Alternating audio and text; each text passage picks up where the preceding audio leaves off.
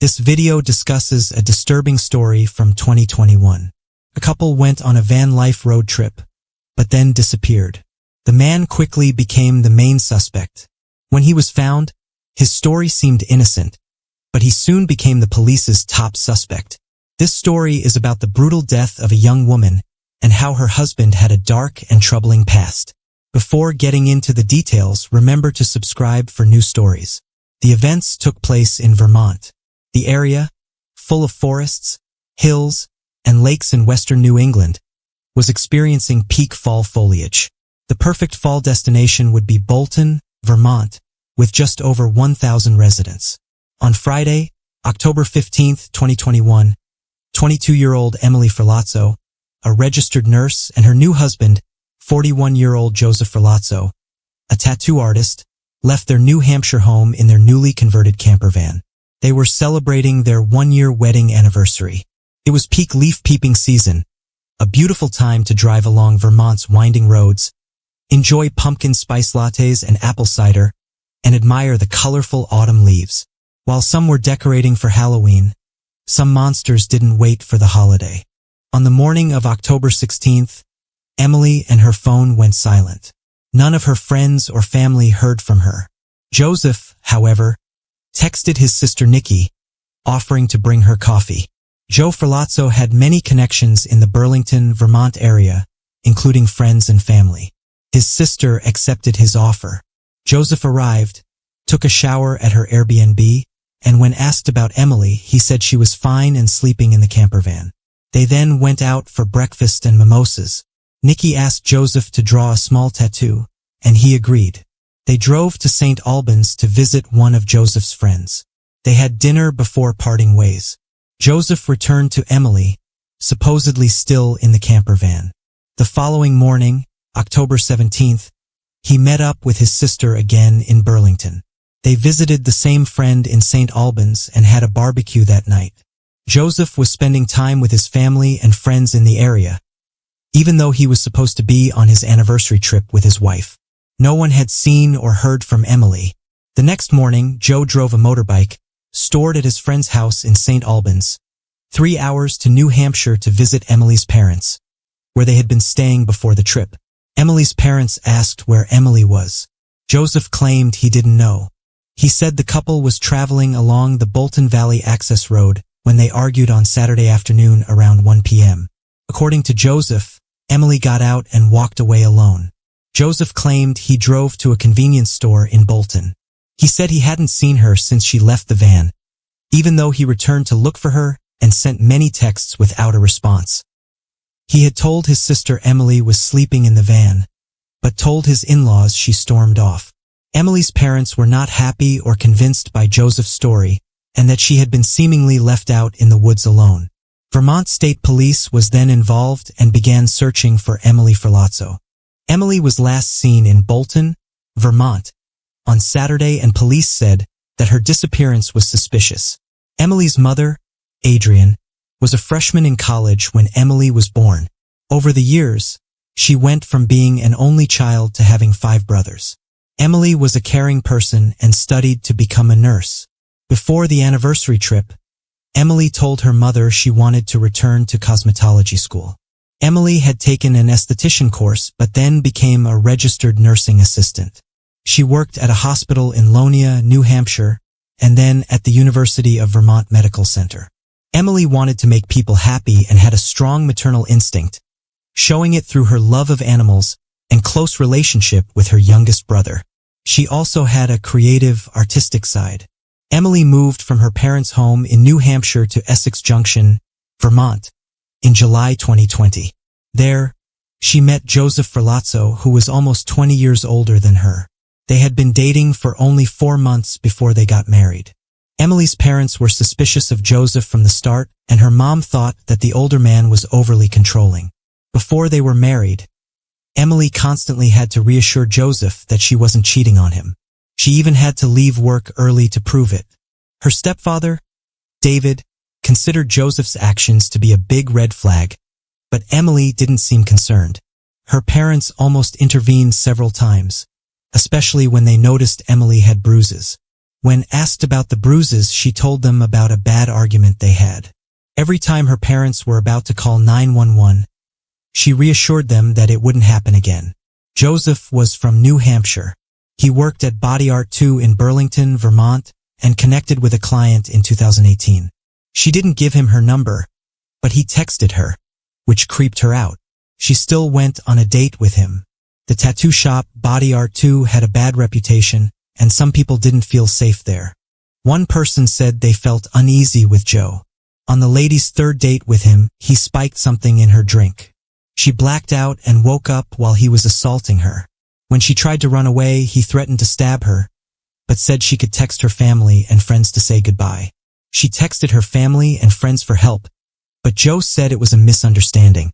She placated Joe and went to the police. However, charges weren't filed due to a lack of evidence. She believed Joe was stalking her for some time. In early 2021, the couple moved their newly renovated camper back to New Hampshire and parked it on her parents' property. Her parents helped with the renovations, and Adrienne was happy to have her daughter close. Like many women, she had experienced domestic violence and knew how hard it was to spot and talk about.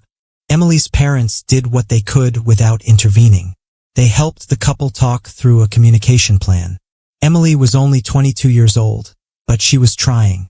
Shortly after being told by Joseph that he didn't know where Emily was, Vermont State Police responded to a missing persons call from Emily's parents on Monday, October 18, 2021, at 7:15 p.m. The case progressed quickly. A missing persons report and notices were followed by a press release, in which the police said they and Emily's family had serious concerns for her safety. Emily was last seen on Saturday afternoon. The couple had an argument, and Ferlazzo went for a walk while her husband said he went to the store and couldn't find her when he returned. Emily was last seen wearing a long-sleeved black shirt, ripped jeans, and white sneakers. She had a sleeve tattoo on her left arm and a snake tattoo from her chest to her torso. Emily's mother told the police about domestic violence in their relationship. The police announced they were looking for anyone who might have seen Emily. Joseph hadn't stayed with his in-laws. He told them he didn't know where Emily was and then left. The police were looking for him. Joseph was picked up at a St. Albans convenience store on Tuesday afternoon. He had been in St. Albans with a friend. At the scene, Joseph repeated his story about Emily storming off on Saturday after an argument. He was compliant and agreed to be questioned about the events leading up to Emily's disappearance, the argument, and his wife's whereabouts. He was taken to the Vermont police barracks. In the interview room, Joseph gave a different account of events. Meanwhile, officers searched their camper van. Joseph said that almost as soon as they arrived in Vermont on Friday, they had a big argument. Emily told him she was done and wanted out of the marriage. Emily was tired of Joseph's idea that he didn't have to be faithful to her, while he was paranoid about who she was seeing, making her leave work early and following her around. After he parked the van, Emily became angry and wouldn't respond to him. She sat down and laid on the bed. Joseph hesitated for a few minutes before snapping and hurting her. He got up, grabbed his pistol, climbed on top of Emily, who was on the bed in the camper van, put a pillow over her head, and fired twice. She was shot at close range, and both 9mm rounds went through the pillow and her skull. She was likely dead before she knew what happened. Immediately after killing her, Joseph retrieved a plastic bag from the camper's kitchen cabinet and tied it around Emily's neck to stop the flow of blood. He dragged his wife's body into the camper's cramped bathroom. He went to lunch with his sister and her boyfriend. Between lunch and meeting his sister for dinner, Joseph returned to the camper and moved the van to a quieter location. Joseph then dismembered his wife's body, cutting off her feet, legs, arms, and head with a hand saw. He placed each body part into separate black trash bags. The trash bags were still in the camper van when the police searched it after Joseph's arrest. At the end of October, Emily's family held a celebration of her life, joined by friends and members of the community. The family gathered to remember Emily and the positive impact she had on everyone she met. Facing charges of first-degree premeditated murder, Joseph made it clear he intended to contest the charges and entered a plea of not guilty in January 2023. Joseph was held without bond in the county jail. A civil suit concluded, finding Joseph liable for Emily's death and ordering him to pay her family $1.5 million in damages. Civil verdicts should have no impact on the outcome of a criminal case. Joseph was found liable. Emily's family did not expect to receive the full damages. The suit was about having an official judgment against Joseph, and any personal assets belonging to the couple would automatically go to Emily's family. Joseph's trial began in December 2024. He argued that he did not believe that he had any obligations to be monogamous with his wife, and Emily told him she was done. She did not want to be with him anymore and that she wanted to leave. Emily lay down in bed while Joseph stayed up and stewed. He became enraged at Emily while she lay in bed scrolling on her phone with her head on her pillow. Joseph sat on the couch thinking, planning for what he told police was 5 to 10 minutes. The defense called only one witness to testify in Joseph's defense. That witness was Joseph himself. In the initial interrogation and confession, he snapped and shot her in cold blood. Now it was a very different Joseph in the courtroom. He was now pleading his innocence. He shot her and killed her, but now he was saying it was in self-defense. Joseph painted a twisted picture of the run-up to him pulling the trigger. Joseph's new narrative was that Emily had gone off on him, physically assault him, kicking and punching him in the balls repeatedly. He claims to have only shot Emily with the Glock 17 already in his hand when she'd gone to get her own gun, a Taurus semi-auto pistol, from under the pillow of the bed, and he alleged that she was going to shoot him. Throughout his testimony, he was lying to the court, having previously been caught in lies told to Adrian and David, Emily's parents, as well as the police. The prosecutor pressed him on about shooting and killing Emily in self-defense, and then over the following 3 days he was out partying, drinking beers, hanging out with friends' family, while his dead wife of 1 year lay back in the camper van dismembered. All the evidence pointed towards Joseph's original admission of guilt. Every action he took from the moment Emily died was carried out with self-preservation in mind. Joseph had multiple opportunities to come clean and admit what happened, but he knew the evidence wouldn't support his claims of self-defense. He butchered his wife's corpse, intending to dispose of her remains before they could be found, but instead he didn't get that chance, leaving her in trash bags inside the camper van. Testimony from the chief medical examiner who handled Emily's autopsy revealed that Emily's body hadn't only been mutilated, she had also been stabbed another 18 times after her death.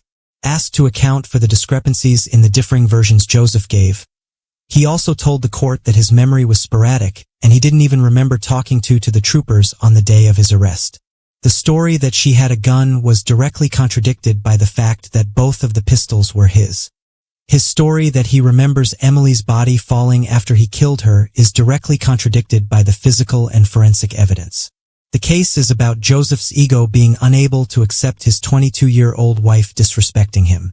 The jury deliberated for only 2 hours before they were ready to declare a verdict, and it was not a surprising verdict. After hearing the testimony, it took the jury less than 2 hours to reach a guilty verdict. Emily's mother saying this verdict is the next best thing to having her daughter with her.